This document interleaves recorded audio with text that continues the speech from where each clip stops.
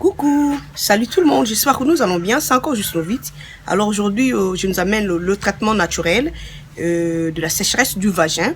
Alors, tout sur la mouké, maman, et vraiment, ils allaient, maladie, moi, ils ont tout ça va te ébeler, ils ont tout ça va te ébeler, ils appellent vraiment que tout ça va coupler. Pourquoi? Parce que dans le bongo, au moment attend, yo maman, ça vraiment sec mingi, papa penza, ça aussi la maladie mingi, et même yo mon copain maman, vous la penza, n'est singo mingi, pourquoi? Parce que vous avez une douleur, et vous avez une douleur, et puis, et vous même la yo, infection, et pourquoi? Parce que tant vous avez la force, et kozoka wana alors ekozala penza kitoko mingi te okomona mwa ba infection kili et puis okozala pene esengote et donc vraiment ezali eloko moko vraiment maman il faut ko traiter yango pona nini yo poza na esengo pe molinga pe azana esengo. Alors lelo na yeli biso solution naturelle et ba biloko musu tozala yango déjà poza ba biloko na yela biso déjà yango et donc voilà eza biloko moko naturel to sengeli na mama tango yo remarquer que papa azali ko to yo moko pe pendant et vous allez ko sengelana yo moko zaka penza na douleur vous zaka pene esengote donc il est carrément moi matata. Et donc, vraiment, on a besoin, il y a un traitement oyo. Alors, c'est cher, c'est peut-être mon ango mingi qui à partir à 40 ans, komata. Mais ces derniers temps, qui parle sous-souté. Et comment même, il y a anda et 40 ans, bah, tu vas écouter dans la première sécheresse. Alors, bah, ok, nous avons kisi, bah, suppositoire, pour nous côté à kusunga bango, vraiment, bah, la malam mingi. Alors, bah, moi, on a eu biso, ils allaient vraiment kusunga biso, bien malam mingi, ils allaient traitement naturel. Et maman, quand on a traitement pour na kusunga pe et molinga mina yo to pe yo moko omisu. Alors solution la biso de zali ni maman zala mutako mela mai mingi. Mai vraiment ezala mingi koleka. Donc oza ko vendre omeli no mai. O vendre omeli na yo mai, o vendre omeli mai. Mai ezali lokona biso ya liboso. Alors yami balé ezali nini? Yami balé na sala biso yaourt nature. To yaourt naturel, voilà. Yaourt naturel olenge wana ezoteka na Lidl et Lidl nyonso zali kota okomona yaourt lolenge oyo topé et supermarché nyonso vous avez besoin ya yaourt na biso nature yé vraiment azali naturel et azoke noko sunga pena na oetali et bo mwasi na biso azoke noko zongso penza et à hydrater malam donc yaourt nature ezali traitement na biso ya mibale mama na dessert na yo kozaka somuta kozwa et yaourt ezate kezana sugar to pa basala yango na fruit nini te yo zana biso ya yaourt na biso oyo nature yaourt nature lolenge boy soko tina loboko na oyo te po meza tata oyo ya mikie et ça c'est zala kaka yaourt nature.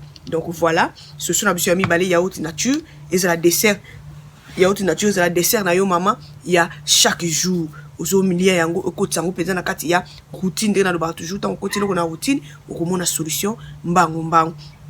Alors yami balé ezali nini yami balé ezali na le binayela biso aloe vera gel olenge boye et aloe vera gel o kitoko makasi na lobaki ezali naturel. Donc yazali naturel outil directement na likasa ya aloe vera.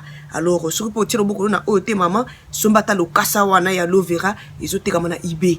Okosomba lokasa moko ya aloe vera ozana bezo bimisa gel wana okopakola ngo epai na biso basi. Donc okozwa aloe vera gel na yo boye okopakola ngo epai na yo mwasi tango yo sisi ko sokola no donc kotiango lokwa ndito pakola mafuta na biso. Donc aloe vera gel ezali kisimone na yebisa biso aloe vera gel et ba bengiye et aloe vera gel mais signification ngo ba jeune fille kisi monene natina ya makambo ebele. Alors aloe vera gel mama tango yo sokoli okozwa aloe vera gel na yo ozwa aloe vera gel na yo lolenge boye donc tango yo sokoli ndeto pakola mafuta yo ozali ko pakola aloe vera gel na yo lolenge wana okozwa aloe vera gel na yo lolenge boye zwa pena ya malam quantité ya malam ndebongo ozoki ko pakola yango penza pakole pena kotsa pena pakole malam tout autour ya biso basi et na nzoto na biso ya bomwasi pakola ngo pena malam aloe vera kitoko makasi aloe vera gel olobalanga juste vite kaka oyo na lingra mingi ka oyo parce que yazali naturel ba sangisi elo. Alors soko telo boko na yo na oyo te mama na ko sala effort na tela biso lien et pas wa potala ngo na eBay na ko tia lien aloe vera gel oyo tango yo ko cliquer mama tala na barre info o cliquer mbala moko pour ko soma ngo na eBay ezoteka na eBay ezoteka na Amazon. Ndenge toujours na bisaka biso na tinda biso na eBay pour eBay talo ezaka moi amuke puis et poste mingi ezalaka et free topé poste ezaka ofele. Donc voilà, aloe vera gel ko mafuta na biso mama et pas na biso basi lolenge et docteur apisaka yo suppositoire. Ndenge na biso ba kisi toujours ezaka na side effect nango to pezaka na côté nango négatif ba kisi eleka mingi te, mais biloko naturel oyo ezali ba kisi nzamba apesi biso naturel et ko sala yo mabete.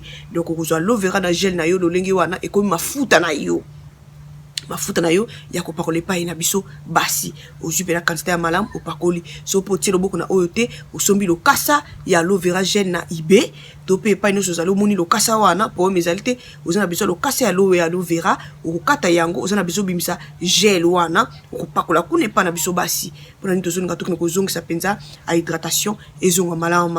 Alors solution na biso ya 4 ezali nini tozomona nayela biso jojoba oil mpe kitoko makasi. Jojoba oil ye pe azali kitoko makasi okoni pe kopakola ye epai na biso basi. Jojoba oil tango yo moni komi bosengela na papa ezali jojoba oil ezali coconut oil to pe huile de coco. Donc jojoba oil na huile de coco ba huile omibale tango yo lingo sengelana na papa mama oza yo yebi oza na problème. Donc traitement oyo eza pona ba maman baza na problème yo oza na yo bien oza na besoin traitement oyo te eza pona ba oyo eza ke tango bazo sangana na papa et nous autres ça moi passe. Donc bah ça toujours la souffrance des choses ba suppositoire et pas médecin. Donc tika ba suppositoire alors on est dans le bas qui toujours ba ki mingi qui to côté. Alors on est dans le bitan yo bi ko sengela na papa et na journée wana jojoba oil apekisi aloe vera gel te. Aloe vera gel aza mafuta na yo akoma mafuta na yo epai na biso basi. Aloe vera gel jojoba oil ye azoko yaka katango yebi ko ngo sangana na papa oso sangana papa pourquoi na lobi ndengo aloe vera gel yango wana soki opakoli ye alimwa kana ye akolimwa complètement. Donc voilà aloe vera gel akolimwa après. Donc du fait que yo kotie na routine ako mafuta na yo yazo ko kozongisa biso penza a hydratation et pas na biso basi. Alors tango yo moni ko sengela mi na papa nde pai jojoba oil ezali ko ya na huile de coco na biso. Huile de coco ba bazola nanga ba yebi huile de coco nanga mingi na somaka ya mai lolenge wana na tike max topé na ibe okutana na huile de coco ya mukie lolenge bo lokola sérum mazaneka huile de coco. Alors kozwa mo matanga oza na besoin ya mingi te. Donc moi matanga lolenge boye otie yango na maboko mec donc zala super na opakoli ye pe na kati na biso basi pakola ngo pe na malamu. Donc soki otie loboko na jojoba oil te otie loboko na yo na huile de coco ba huile omibale avant yo sangala na papa tango yo sengeli oyebi ke bo sengelani na jour wana bongo nde ozopona. Donc pour retourner ngolo binanga est-ce que jojoba oil kaka topenité 1 de 2.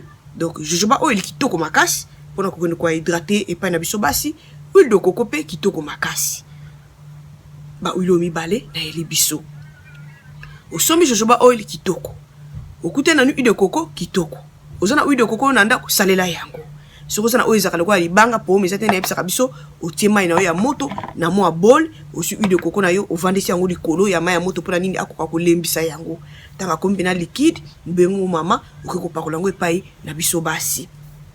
Et donc voilà ndenge na lobi na biso. Et alors solution na biso ya 5e ezali nini pona lobeli ya liboso ezali mai ya mibale ezali yaourt na biso nature ya misato ezali gel na biso ya aloe vera ya 4 ezali ba huile na biso na biso huile ya jojoba oil topé coconut huile de coco. Voilà alors 5e solution na biso ezali nini tozomona turmeric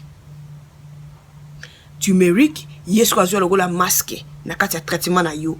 Turmeric azala lokola masque okosala turmeric ndenge nini ozosangisa turmeric na milk pena ya mai omelaka milk nyonso ezokipete milk nyonso ya mai oza nango na ndako cuillère à café ya milk ozwi cuillère à café ya turmeric sangisa nyonso mbale esala potopoto donc esala lokola pâte toza na besoin ya pâte wana mpo kende kopose yango epai na biso basi ya kozala lokola masque okopose na kati na yo epai na biso basi pendant 20 minutes. Donc il y a lokola traitement lokola ndenge tozolia yaourt tokoti yaourt lokola dessert ya chaque jour et bongo turmeric na biso ya azali masque osokoli nzoto no malamu okosala masque wana 4 fois na semaine osokoli nzoto na yo malamu, ozwi milk ya mai nyonso eza na ndaku ezokipe te, cuillère ya café ya milk ya mai, cuillère ya café ya turmeric to pe kurkuma. Turmeric to pe kurkuma sangisa yango na milk esali pati wana mama insera yango epa na biso basi ozosala ozokende kotia masque kati na biso basi ekosala yo mabe te. Turmeric ekosala yo mabe te, milk mpe ekosala yo mabe te. Ozokende koposer yango pourquoi parce que turmeric ye na milk bango bazokende kozongisa pena hydratation pour toza pena na besoin to stimuler a hydratation oyo ebandi ko esili yo sécheresse wana ekilongwa a hydratation eya nazaka na bisaka biso toujours so na eli biso loko mama kobenda na omindondo te kobeta libaku te beta turmeric na milk tina ya sécheresse ya vagin okomona bandeko balobeli yango. Donc turmeric na milk osali pati opposer yango epa na biso basi ovandi nango pendant 20 minutes nde bongo koyola kosokola mai sokola na openza malamu osokoli malamu tango yo silisi ozwi mafuta na biso lokola suppositoire oyo ba médecin ba pesaka yo. Donc c'est de même na aloe vera ezali naturel awuti na nzete nzambe asali. Donc aloe vera tango yo silisi kolongola masque na yo epa na biso basi ozwi aloe vera gel na yo nde bongo ezali kola lotion na epa biso basi oke ko poser yango tia penza lotion na yo malamu tango yo poser yango malamu osilisi na yo olingo sengela mana papa nde bongo ozoli siko na besoin ya huile ya jojoba oil ou bien ya huile de coco. Donc j'espère que ça est vraiment clair. Alors voilà, le solution naturelle, comment traiter la sécheresse du vagin. Donc on a bilo konae lango, na le beli biso komi la mai mingi numéro 1, ya mi balé et dessert na yo la yaourt nature. Alors il y a mis ça tout et lotion na biso basi le lenge bazo pesa suppositoire na docteur yo siko komi na aloe vera gel a komi lotion na yo et pa na biso basi et bongo et ya quatrième ezali nini na biso ba huile jojoba na huile de coco yango wana ndo bana ko sengela nango tango yo monike ozana ku besoin beaucoup sanga na papa nde bongo ozwa huile na yo opposer penza malamu pona nini makamno seleka na kimia. Bongo tomoni masque na biso ezali masque tokosa na turmeric na milk. Masque na biso turmeric na milk salango pati mama posi yango penze pa na biso basi ovani nango pendant 20 minutes osokoli na yo tango yo sokoli osisi ozwi mafuta na biso to pe suppositoire na biso naturel ezali aloe vera gel oke kotia epai na biso basi zala pena sur mama ozwi quantité opakoli pena bien epai na biso basi opakoli yango bongo malamu. Alors tango yebi ko sanga na papa nde bongo ozosengela masiko oyo na ba huile na biso mibale oyo soko za na moko kitoko jojoba oil ou bien huile de coco. Alors aujourd'hui, je nous ai amené le traitement naturel de la sécheresse du vagin. Alors j'ai parlé de commencer à boire beaucoup d'eau. Donc buvez de l'eau, vous avez besoin de l'eau. De l'eau va nous aider à hydrater notre vagin. De l'eau est très important. Buvez de l'eau chaque jour, mais soyez sûr que vous buvez de l'eau, vraiment de l'eau chaque jour. Alors, notre deuxième traitement naturel, c'est notre yaourt nature. Yaourt nature, ça sera votre dessert. Vous allez manger le yaourt nature. Vous allez manger le yaourt nature chaque jour. Yaourt nature, ça va vous aider à hydrater votre vagin naturellement. Alors, notre troisième solution, c'est notre gel d'aloe vera. Ça sera comme notre lotion vaginale. Vous prenez le bain, fini de prendre le bain, vous allez prendre votre gel d'aloe vera pour mettre dans votre partie intime. Donc, mettez le gel d'aloe vera comme lotion vaginale dans votre partie intime. Alors, notre quatrième solution, c'est quoi? Huile de jojoba, huile de coco.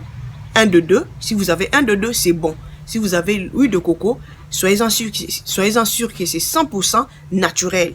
Donc, 100% naturel. Vous voyez, pour moi, là, ils ont écrit, c'est là. Ils ont écrit 100% naturel. Voilà. Ça doit être 100% naturel, huile de coco. Ou encore jojoba oil. Alors, un de deux. Si vous avez un de deux, c'est bon. Alors, vous allez l'appliquer comment? Avant de passer à l'acte avec votre conjoint, vous allez prendre l'huile de coco ou l'huile de jojoba. Vous allez maintenant le mettre dans votre partie intime. Donc, vous allez prendre l'huile de coco ou l'huile de jojoba, le mettre dans votre partie intime. Donc tout ça c'est pour juste aider un peu que tout se passe et smoothly ou bien tout se passe et bien avec votre conjoint. Alors notre cinquième solution c'est quoi? C'est le kurkuma. Alors le curcuma est très bon pour hydrater notre partie intime. Vous allez faire le masque de curcuma, une pâte de curcuma. Vous allez prendre le curcuma, une cuillère à café de curcuma avec une cuillère à café de lait. Faire une pâte. Vous avez besoin de faire une pâte pour poser à l'intérieur de notre vagin. Vous allez prendre la pâte, poser comme masque à l'intérieur. Le curcuma est très bon pour hydrater notre partie intime. Vous allez prendre le curcuma et c'est un remède naturel qui ne va pas vous faire du mal. Donc vous allez prendre le curcuma avec le lait liquide, mélanger les deux, faire une pâte pour poser à l'intérieur de votre vagin pendant 20 minutes. Laissez poser pendant 20 minutes et puis laver après. Après avoir lavé, nous revenons à notre lotion vaginale qui est notre gel d'aloe vera.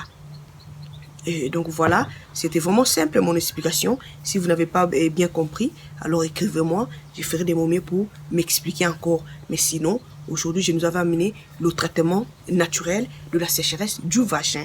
Alors j'ai parlé de prendre beaucoup d'eau chaque jour et comme dessert et le yaourt nature chaque jour. Ça sera comme votre dessert et comme lotion vaginale, ça sera notre gel d'aloe vera et comme masque, ça sera notre curcuma avec le lait. Faire la pâte, mélanger les deux, faire la pâte et puis poser dans votre partie intime. Alors, comme huile, avant de passer à l'acte, ça sera l'huile de coco avec huile de jojoba. Un de deux. J'ai pas dit les deux ensemble, non. Si vous avez huile de coco, c'est bon. Si vous avez jojoba oil, c'est bon. Les deux huiles ici, c'est très bon pour hydrater notre partie intime avant de passer à l'acte. Donc voilà, j'espère que la vidéo va vous plaire. Et sinon, commentez. Et vous avez des questions, écrivez-moi. Je ferai des moments pour nous répondre.